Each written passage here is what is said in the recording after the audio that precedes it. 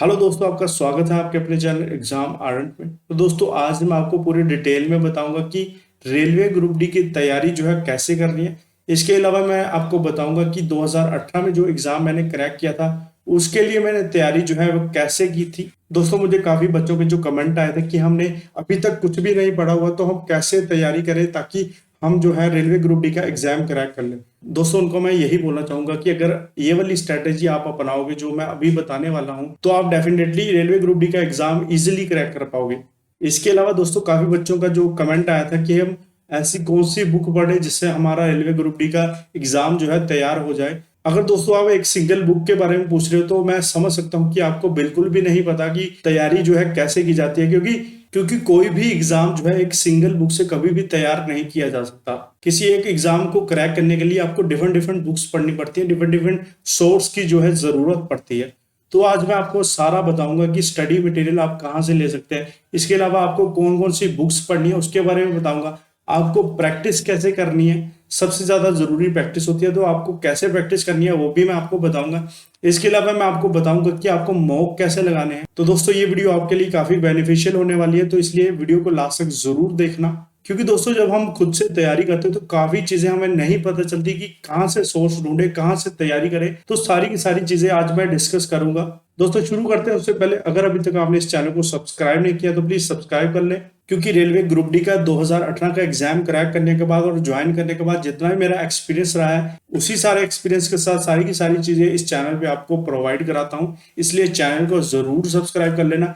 इसके अलावा bell icon को भी दबा देना ताकि जो भी नई वीडियो हम डालें उसका नोटिफिकेशन आपको मिल जाए। दोस्तों जैसा कि आपको पता है कि यहाँ आपके एग्जाम में जो है 4 सेक्शन रहने वाले हैं। सबसे पहला रहेगा मैथ, दूसरा रहेगा रीजनिंग, तीसरा रहेगा जनरल अवेयरनेस और करंट अफेयर, चौथा रहेगा जनरल साइंस का। तो सबसे पहले हम मैथ्स के बारे में बात कर लेते हैं, क्योंकि काफी बच्चों के जो है मैथ्स कमजोर होता है, तो इसलिए मैंने मैथ्स को सबसे पहले रखा है। क्योंकि क्योंकि दोस्तों मैंने आपको पहले कई बार बताया है कि मैथ्स और रीजनिंग ऐसे सब्जेक्ट हैं जिसमें आप पूरे बटा पूरे मार्क्स भी ले सकते हो। तो दोस्तों सबसे पहले मैथ्स के बारे में जो है बात कर लेते हैं। दोस्तों जैसा कि मैंने आपको बताया था कि आपको ऐसे रैंडमली जो है प्रश्न लगाने शुरू नहीं कर देने चाहिए। आपको एक डेफिनेट वे में आपको अपनी तैयारी जो है करनी चाहिए। दोस्तों सबसे पहले आपको हर एक चीज के कॉन्सेप्ट पता होने चाहिए। अगर दोस्तों आपको कॉन्सेप्ट पता चल जाता है तो उसके बाद आप कोई भी प्रश्न आसानी से लगा सकते हो। तो दोस्तों अब मैथ्स की बात कर लेते हैं। दोस्तों ध्यान से सुनना, क्योंकि आप अगर ये वाली स्ट्रेटेजी अपनाओगे तो डेफिनेटली आपका सिलेक्शन जरूर होगा। तो दोस्तों बात कर लेते हैं। सबसे पहले आपको जो काम करना है तो वो ये करना है कि आपको बेसिक मैथ के सारे कॉन्सेप्ट आने चाहिए। सबसे पहले दोस्तों आपको टेबल तो पता ही होने चाहिए। आपको लगभग 25 तक जो है टेबल आने चाहिए। इसके अलावा दोस्तों आपको स्क्वायर और क्यूब आने चाहिए। सबसे पहले यही चीज आपको करनी है कि आपको टेबल याद करने हैं। उसके अलावा आपको जो है स्क्वायर याद करनी है। स्क्वायर आपको 30 तक तो पता ही होने चाहिए। इसके अलावा आपको क्यूब जो है वो पता होने चाहिए। लगभग 20 तक तो आपको क्यूब पता ही होने चाहिए। इसके अलावा दोस्तों आपको जो बोर्ड मास का कॉन्सेप्ट होता है, bracket of division, multiplication, addition और सब्सट्रैक्शन, ये वाले कॉन्सेप्ट आपको पता होने चाहिए। इसके अलावा दोस्तों आपको पता होने चाहिए फ्रैक्शन कैसे काम करती है। डेसिमल को फ्रैक्शन में अगर कन्वर्ट करना हो या फ्रैक्शन को डेसिमल में कन्वर्ट करना हो, वो चीजें आपको आनी चाहिए। कि ये सारी चीजें मैं आपको क्यों बोल रहा हूँ, क्योंकि कई बार ऐसा प्रश्न भी आ जाता है 0.019 उसके ऊपर बार लगी रहती है, तो आपको ये सारी चीजें पता होनी चाहिए इसको फ्रैक्शन में कैसे कन्वर्ट करते हैं। इसके अलावा दोस्तों आपको स्पीड मैथ बूस्ट करने के लिए आपको वैदिक मैथ जो होता है ना उसके कॉन्सेप्ट जो है पता होने चाहिए। क्योंकि आप जो मल्टीप्लिकेशन करते हो वो ऐसे करते हो 25 इंटू 24, इसको ऐसे मल्टीप्लाई करते हो।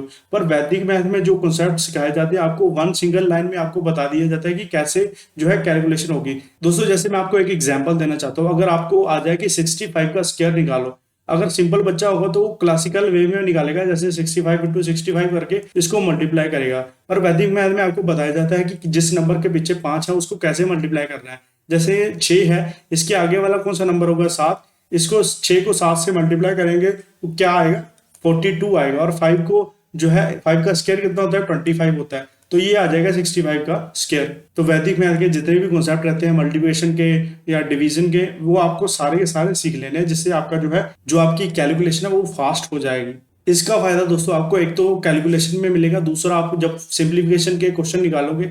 दोस्तों ये सारी चीजें करने के बाद आपको आ जाना है इस पोर्शन पे। सबसे पहले दोस्तों आपको ये जो 3 टॉपिक दिख रहे हैं इनको तो कंप्लीट करना ही करना है। ये सारी चीजें अर्थमेटिक की पकड़ने के पहले आपको बेसिक मैथ के सारे कॉन्सेप्ट आने चाहिए। उसके बाद जो आपको काम करना है वो ये 3 चैप्टर जो आपको कर रहे हैं। पहला हो गया परसेंटेज, दूसरा हो गया रेशियो एंड प्रोपोर्शन, और तीसरा हो गया एवरेज। दोस्तों मैं आपको ये चीजें क्यों बोल रहा हूँ, आपको सबसे पहले ये क्यों करनी चाहिए, क्योंकि ये ऐसे 3 चैप्टर है जिनका इस्तेमाल इन सारी चीजों में होता है। जैसा मैं आपको एग्जांपल दूं कि परसेंटेज और रेशियो और प्रोपोर्शन का इस्तेमाल जो है प्रॉफिट लॉस डिस्काउंट में बड़ा ही ज्यादा होता है, तो इसलिए मैं बोलूंगा कि आपको ये 3 चैप्टर सबसे पहले अच्छे से कर लेने चाहिए। अब ये सारे के सारे चैप्टर तैयार कैसे करने हैं मैं अभी आपको बताऊंगा, पहले ये सारी चीजें सुन लो। दोस्तों जब आपका ये पोर्शन कंप्लीट हो जाएगा उसके बाद आपको आना है इस पोर्शन पे, ठीक है, जिसमें आपको सारे के सारे जो है टॉपिक दिख जाएंगे, सारे के सारे चैप्टर दिख जाएंगे, जिसमें आपको सबसे पहले नंबर सिस्टम, एचसीएफ एलसीएम से काफी ज्यादा प्रश्न जो है पूछे गए हैं पिछले सालों में, तो इनको भी अच्छे से करना है। प्रॉफिट लॉस डिस्काउंट ये करने हैं। इसके अलावा आपको simple interest, compound interest, time and work के कॉन्सेप्ट और पाइप एंड सेशन, इन दोनों के कॉन्सेप्ट सेम रहते हैं, तो इन दोनों को आपको इकट्ठा करना चाहिए, और प्रॉफिट लॉस डिस्काउंट को भी आपको इकट्ठा करना चाहिए। उसके बाद आ जाता है टाइम एंड डिस्टेंस का concept, calendar and clock, algebra, as calculation, mensuration, 2D और 3D, ठीक है, 2D और 3D दोनों कर रहे हैं। 2D के ज्यादा प्रश्न देखने को मिले थे, 3D के भी कुछ क्वेश्चन देखने को मिले थे प्रीवियस ईयर में, ज्योमेट्री एंड ट्रिग्नोमेट्री के कॉन्सेप्ट, और डीआई का ज्यादा पूछा नहीं जाता, मैंने 2-3 क्वेश्चन देखे थे इसलिए मैंने यहाँ पे आपको रखा है। ये भी आई होप दोस्तों आपको समझ आ गया होगा। सबसे पहले ये चीज करनी है, आपको बेसिक मैथ आपको आना चाहिए, उसके बाद आपको ये पोर्शन कंप्लीट करना है, ये 3 चैप्टर आपको जरूरी करने ही करने, उसके बाद आपको ये सारे के सारे चैप्टर करने हैं। दोस्तों अब मैं आपको बताऊंगा कि ये सारे के सारे चैप्टर करने कैसे है।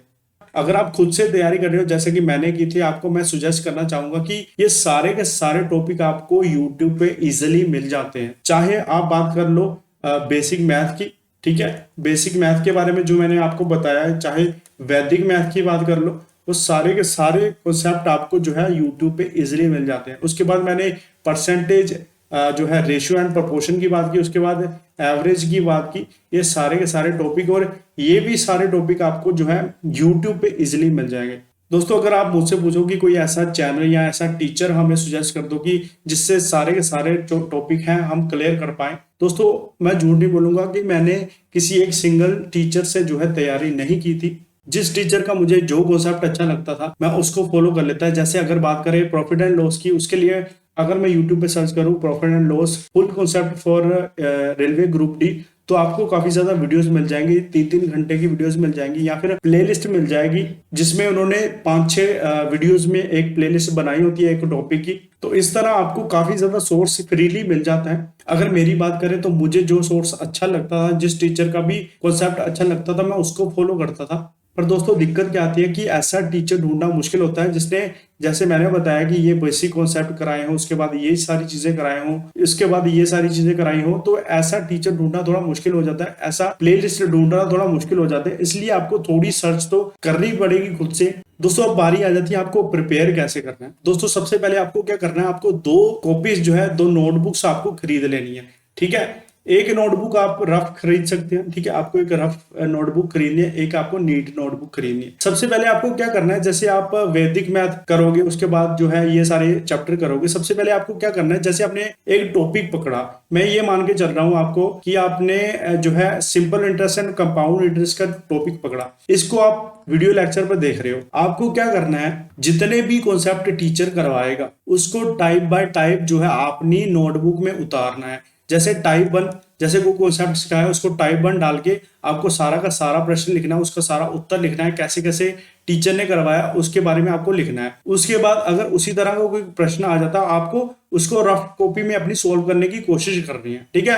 क्योंकि अगर बात करें सिंपल इंटरेस्ट और कंपाउंड इंटरेस्ट की, पहली बात तो ये अपने आप में ही 2 चैप्टर है। इसके बाद इनमें जो प्रश्न होंगे वो काफी ज्यादा टाइप्स के जो आपको प्रश्न देखने को मिलेंगे, इसलिए मैंने बोला जो भी टॉपिक आपको टीचर करवाएंगे उसमें जो जितनी भी टाइप्स होंगी आपको अपनी नीट बुक में जो है लिखते जाना है, नोट्स बनाते जाना है। जैसे टाइप 1 होगी, उसके बाद अगर और टाइप का कोई प्रश्न आता है उसके बाद वो वाला प्रश्न लिख लिया, उसके बाद जो तीसरी टाइप का प्रश्न आएगा उसको लिख लिया। अगर सेम टाइप के आते हैं तो मैंने जैसे बोला कि आपको रफ कॉपी में अपनी जो है उसको सोल्व करने की कोशिश करनी है, ठीक है। तो ऐसे ऐसे करके आपको सारा का सारा टॉपिक कंप्लीट करना, अपना कॉन्सेप्ट जो है इसमें पक्का करना है। अगर दोस्तों आप इस स्ट्रेटेजी से तैयार करोगे ना, जैसे मैंने किया था, मैंने भी इसी तरीके से किया था, अगर आप इस तरीके से तैयार करोगे ना तो आप जो है किसी भी प्रश्न को आसानी से निकाल पाओगे। दोस्तों ये सारी की सारी चीजें करने के बाद उसके बाद आपको जो है प्रैक्टिस करनी है। अब प्रैक्टिस कैसे करनी है उसके बारे में बात कर लेते हैं, ठीक है दोस्तों। जो आपको प्रैक्टिस करनी है वो आप ऐसे नहीं कर सकते, आपको किताब की जरूरत तो पड़ेगी ही पड़ेगी। हो सकता है अगर आपके पास लैपटॉप या कुछ और है तो आप पीडीएफ फॉर्म में जो है बुक्स डाउनलोड करके इजिली जो मिल जाती है इंटरनेट पे, उनको डाउनलोड करके जो है आप अपनी तैयारी कर सकते हो। जितने भी चैप्टर दिए रहते हैं उनको एक एक करके जो है सारे के सारे चैप्टर्स के प्रश्न जो है आपको तैयार करने होंगे, प्रैक्टिस उनकी करनी होगी। अगर आपके पास लैपटॉप या ऐसी कोई चीजें नहीं है या फिर जो है आप ज्यादा स्क्रीन देखना पसंद नहीं करते तो आपके पास एक मैथ्स की जो है बुक होनी जरूरी है। दोस्तों अगर मैथ्स की बात करें उसके लिए सबसे ज्यादा मानी जाने वाली जो बुक है वो यही है RS अग्रवाल की क्वांटिटेटिव एप्टीट्यूड। तो दोस्तों जब आप सारे के सारे कॉन्सेप्ट सीख लोगे जैसे मैंने पीछे बताया, तो उसके बाद आपको जो है चैप्टर वाइज चैप्टर जो है प्रैक्टिस करनी है प्रश्नों की ज्यादा से ज्यादा। मैं आपको ये नहीं कह रहा कि यही बुक खरीदो, आप कोई भी बुक खरीद सकते हो मैथ्स के लिए तैयारी करने के लिए, प्रैक्टिस करने के लिए। दोस्तों इसके अलावा एक किरण पब्लिकेशन की एक बुक आती है, रेलवे ग्रुप डी के जितने भी प्रीवियस पेपर हुए थे उसके चैप्टर वाइज आपको यहाँ पे प्रश्न देखने को मिल जाते हैं। ये भी बुक आप परचेज कर सकते हो, ठीक है। इन दोनों बुक्स के जो लिंक है आपको डिस्क्रिप्शन बॉक्स में आपको मिल जाएंगे, वहां से भी परचेज कर सकते हो। इसके अलावा अगर आपकी जो मार्केट से परचेज करना चाहते हो वहां से भी कर सकते हो, और कोई भी बुक परचेज कर सकते हो। दोस्तों मुझे पता है कुछ बच्चे इतने फाइनेंशियली वीक भी होते हैं कई बार कि उनके लिए ऐसी बुक्स परचेज करना भी मुश्किल हो जाता है। तो मैंने एक बार देखा था कि किसी टीचर्स ने जो है पूरी की पूरी बुक्स सोल्व करवाई होती है, ठीक है। यूट्यूब पे आपको इनके वीडियो मिल जाएंगे, पूरी की पूरी प्लेलिस्ट मिल जाएगी जिसमें पूरी की पूरी बुक्स जो है उन्होंने सोल्व कराई है कुछ टीचर्स ने। इसके अलावा दोस्तों यूट्यूब पे आपको कुछ टीचर्स के द्वारा प्रश्न करवाए जाते हैं, ठीक है दोस्तों। इसकी मैंने जो है काफी हेल्प ली थी। जैसे कि वीडियो चल रही है उसको मैंने पॉज करके पहले प्रश्न बनाने की कोशिश करता था, अगर नहीं बनता था तो मैं अनपॉज करके वीडियो देखता था कि टीचर ने कैसे किया है। तो इस हिसाब से भी आपका जो है कॉन्सेप्ट काफी ज्यादा अच्छा बिल्ड हो जाता है कि टीचर उस प्रश्न को कैसे कर रहा है और हम कैसे कर रहे हैं, उसको कैसे बेटर तरीके से किया जा सकता है उस क्वेश्चन को। इसके अलावा दोस्तों आपको यूट्यूब पे ही प्रीवियस ईयर के प्रश्न भी मिल जाते हैं, काफी ज्यादा टीचर्स ने सोल्व किए होते हैं, उनको भी सोल्व करने की कोशिश करें। पहले खुद से जो है पॉज करके सोल्व करने की कोशिश करें, उसके बाद अनपॉज करके देखें कि टीचर ने जो है उसको कैसे सोल्व किया है। इससे आपको काफी ज्यादा हेल्प मिलेगी। आई होप दोस्तों आपको ये सारी की सारी चीजें समझ आई होंगी। दोस्तों मैंने भी इसी तरीके से सारी की सारी चीजें तैयार की थी।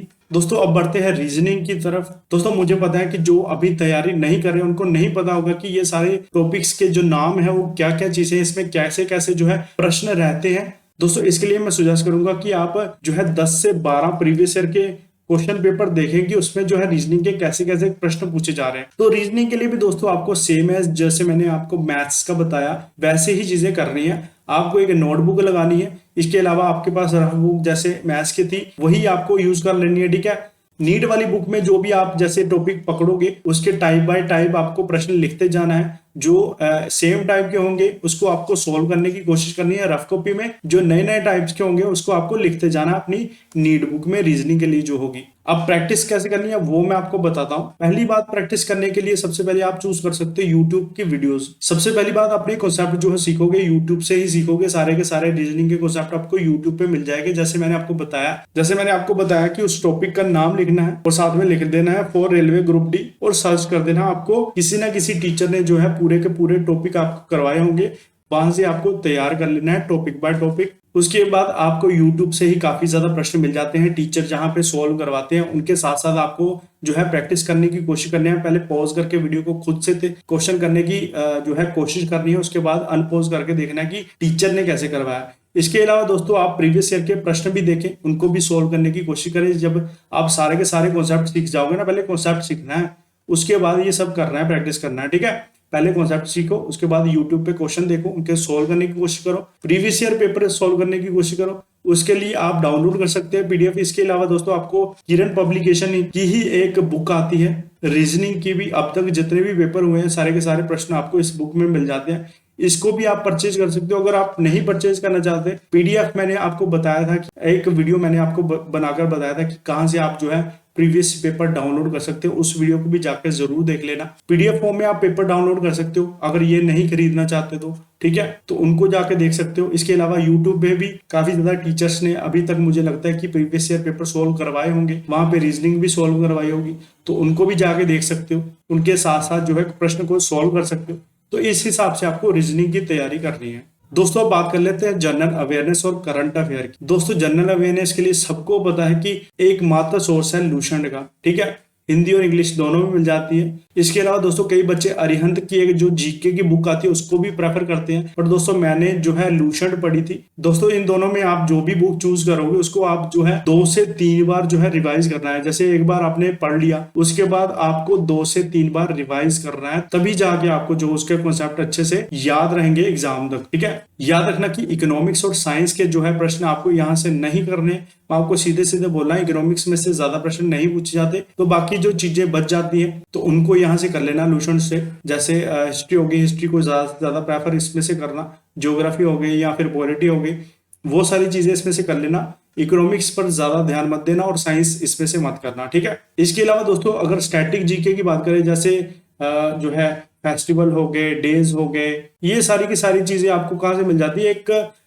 पीडीएफ कैप्सूल आता है, ठीक है, कैप्सूल खाने वाला नहीं, आपको एक पीडीएफ मिलता है स्टैटिक जीके का, वो आपको एक चैनल है अड्डा 24 उनका भी मिल जाता है। अगर आप सर्च करो कि स्टैटिक जीके कैप्सूल अड्डा 24 तो वो आपको मिल जाएगा पीडीएफ फॉर्म में। इसके अलावा अगर कोई और आपको स्टैटिक जीके के लिए मिल जाता है तो वो भी आप प्रेफर कर सकते हो।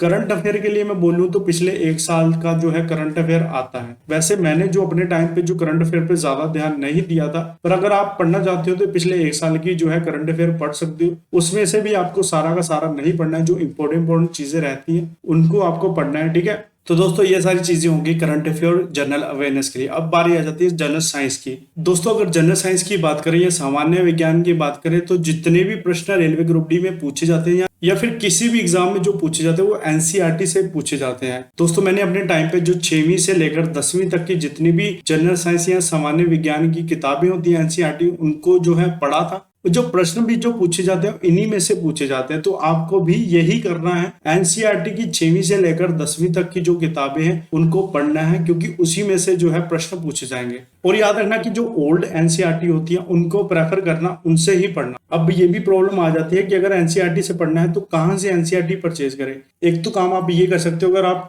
जो है मार्केट से पुरानी एनसीईआरटी की किताबें खरीद लो, और जो आप किताबें ये वाली नहीं परचेज कर सकते तो मैं आपको बताना चाहता हूँ कि इंटरनेट पे भी इनके जो है पुराने बुक्स के पीडीएफ जो है मिल जाते हैं। आपको जो है इंग्लिश मीडियम में भी मिल जाएंगे और हिंदी मीडियम में मिल जाएंगी। दोस्तों अगर आप ये भी नहीं करना चाहते, क्योंकि पीडीएफ अगर मोबाइल है आपके पास उसमें से पीडीएफ को रीड करना काफी मुश्किल हो जाता है, अगर आप ये भी नहीं करना चाहते तो आप टॉपिक तो देख सकते हैं ना इनमें क्या क्या दिए गए हैं इन सारी एनसीईआरटीज में, उन्हीं टॉपिक्स को आपको तैयार करना है। अब तैयार कैसे करना है, वैसे यूट्यूब पे सर्च करो उन्हीं टॉपिक्स को, एक बार सारे के सारे टॉपिक्स आप किसी कॉपी पे लिख लेना कि ये टॉपिक जो है इनमें दिए गए हैं, मुझे यही तैयार करने हैं। अगर दोस्तों आप चाहते हो कि ओल्ड साइंस की एनसीईआरटीज में कौन कौन से टॉपिक दिए गए हैं 6वीं से लेकर 10वीं तक की किताबों में, तो आप मुझे कमेंट करके बोल सकते हैं, तो मैं बना दूंगा इस पे भी एक वीडियो। तो जब आपको पता चल जाएगा कि कौन कौन से टॉपिक पूछे गए हैं, तो यही काम करना है आपको, यूट्यूब पे उन टॉपिक्स को लिखना है, आपको सारे के सारे टॉपिक जो है मिल जाएंगे यूट्यूब से। दोस्तों ये होगी जनरल साइंस यानी कि सामान्य विज्ञान की बात। दोस्तों जब आप अच्छे से जो है सारी की सारी तैयारी कर लोगे तो मैं बोलूंगा कि आपको मॉक टेस्ट जरूर लगाने चाहिए। मॉक टेस्ट लगाने से आपको अपने वीक पॉइंट पता चलेंगे कि किस सेक्शन में आप वीक हो, तो उसको आप इंप्रूव कर सकते हो। इसलिए मैं बोलूंगा कि आपको मॉक टेस्ट जरूर लगाने चाहिए। उसके लिए दोस्तों एक सबसे अच्छा जो प्लेटफॉर्म मैंने भी यूज किया था उसका नाम है टेक्स्ट बुक। यहाँ पे आपको सबसे अच्छे और सबसे सस्ते जो है मॉक टेस्ट मिल जाते हैं। रेलवे ग्रुप डी से जुड़े डिफरेंट सेक्शन यहाँ पे आपको मिल जाएंगे। जैसे ये वाला सेक्शन है जिसमें 452 टोटल टेस्ट मिल जाते हैं, 41 जो है फुल टेस्ट मिल जाएंगे जिसको आप ऑनलाइन अटेम्प्ट कर सकते हो। ऑनलाइन मॉक टेस्ट ही लगाना जरूरी है, क्योंकि जो आपका पेपर है वो भी ऑनलाइन ही होगा। इसके लिए टेक्स्ट बुक प्रेफर कर सकते हो आप। इसके अलावा एक और सेक्शन मिल जाएगा जिसमें आपको 35 प्रीवियस ईयर पेपर मिल जाते हैं ऑनलाइन अटेम्प्ट करने के लिए, ठीक है, ये भी आप ऑनलाइन अटेम्प्ट कर सकते हो। इसके अलावा एक और सेक्शन मिल जाता है जिसमें 56 चैप्टर वाइज जो है आपको टेस्ट देखने को मिल जाएंगे। इसके अलावा दोस्तों अगर आपने एनटीपीसी का एग्जाम भी भरा हुआ उसके रिगार्डिंग जो है टेस्ट सीरीज आपको यहाँ पे मिल जाएंगी। रेलवे ग्रुप डी और एनटीपीसी के अलावा भी दोस्तों 480 से ज्यादा एग्जाम इन्होंने कवर किए हुए, जैसे एसएससी बैंक एग्जाम, ठीक है, उसके जो है आपको 36,000 से ज्यादा मॉक टेस्ट आपको यहाँ पे देखने को मिल जाएंगे, ठीक है। तो दोस्तों जैसे मैंने बताया कि इनके जो प्राइस है वो काफी ज्यादा सस्ते हैं। जैसे आपको मंथली जो प्लान है वो 299 में मिल जाएगा, साल वाला जो प्लान है वो 399 में मिल जाएगा, जो लाइफ टाइम वाला है वैलिडिटी उसकी 3 साल की होती है वो 599 में मिल जाएगा। मैं आपको प्रेफर करूंगा कि आप ये वाला प्लान खरीद लेना, काफी सस्ता है, 399 का साल वाला। ठीक है दोस्तों, आपके लिए खुशखबरी है, आपको ये भी प्राइस पे नहीं कर रहे हैं। जब आप यहाँ पे अप्लाई कूपन पे आप मेरा कूपन कोड लगाओगे JNX4WG, आपको सीधा सीधा 10% का आपको यहाँ पे डिस्काउंट मिल जाएगा। ठीक है, आपको डिस्क्रिप्शन में लिंक मिल जाएगा, वहां पे जाके आप इसको परचेज कर सकते हैं। तो दोस्तों ये थी आज की वीडियो, आई होप आपको पसंद आई होगी। अगर पसंद आई तो प्लीज लाइक करें, अपने दोस्तों के साथ शेयर करें, चैनल को जरूर सब्सक्राइब कर लेना अगर अभी तक आपने इस चैनल को सब्सक्राइब नहीं किया तो। इसके अलावा दोस्तों अगर आपका कोई भी डाउट है मुझे कमेंट करके पूछ सकते हैं। इसके अलावा दोस्तों रेलवे ग्रुप डी से जुड़ी और भी काफी वीडियोस इस चैनल पर पड़ी हुई हैं, उनको भी जाके जरूर देखें। हमारे टेलीग्राम चैनल को आप ज्वाइन कर सकते हैं, फेसबुक पे भी हमें ज्वाइन कर सकते हैं। तो लास्ट में दोस्तों मैं आपको यही कहूंगा कि अगर आप तैयारी करें तो इस हिसाब से तैयारी मत करो कि आप जो है केवल और केवल रेलवे ग्रुप डी के लिए तैयारी कर रहे हो। प्रॉपर नोट्स बनाकर करो, ताकि जो है ना कि रेलवे ग्रुप डी के लास्ट टाइम पे बल्कि किसी और एग्जाम के लिए भी आपके काम आए। तो दोस्तों ये थी आज की वीडियो, मिलते हैं अगली वीडियो में, तब तक के लिए थैंक यू, जय हिंद।